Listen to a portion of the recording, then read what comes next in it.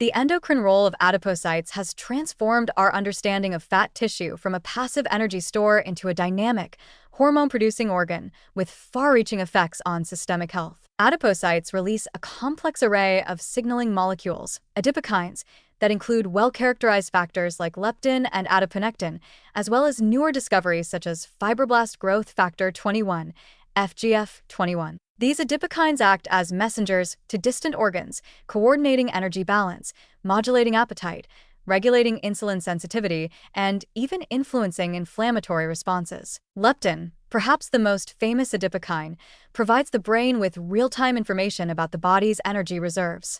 When fat stores are sufficient, leptin levels rise and signal the hypothalamus to reduce appetite and increase energy expenditure, helping to maintain stable body weight. This elegant feedback loop ensures that nutrient intake aligns with metabolic requirements.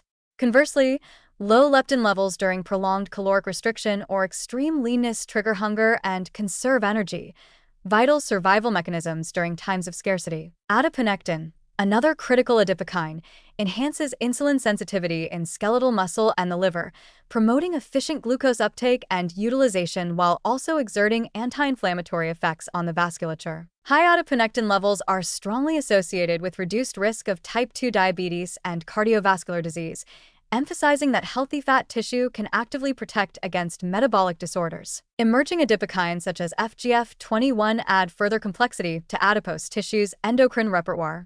FGF21, produced in both liver and fat, increases energy expenditure, improves insulin sensitivity, and may even promote weight loss by enhancing fatty acid oxidation and ketogenesis. Animal studies suggest that FGF21, like hormones released by adipocytes, help orchestrate adaptive responses to fasting and cold exposure, demonstrating that fat tissue contributes to the body's resilience in challenging environments. Meanwhile, resistin, another adipocyte-derived hormone, has been implicated in modulating insulin resistance and inflammation, although its precise physiological roles remain an active area of research. Together, these and dozens of other adipokines form a finely tuned network of communication that links nutritional status to systemic metabolic regulation. By constantly sensing and signaling the energy state of the body, adipocytes function as metabolic conductors, aligning nutrient intake, energy expenditure, and substrate utilization across organs. They ensure that when nutrients are abundant, the excess is safely stored, and when nutrients are scarce, stored energy is mobilized in a controlled way. This hormonal integration not only supports stable glucose and lipid levels, but also reduces the risk of metabolic diseases. Moreover, dysfunction in adipokine production, rather than fat mass alone, appears to drive many obesity-related complications.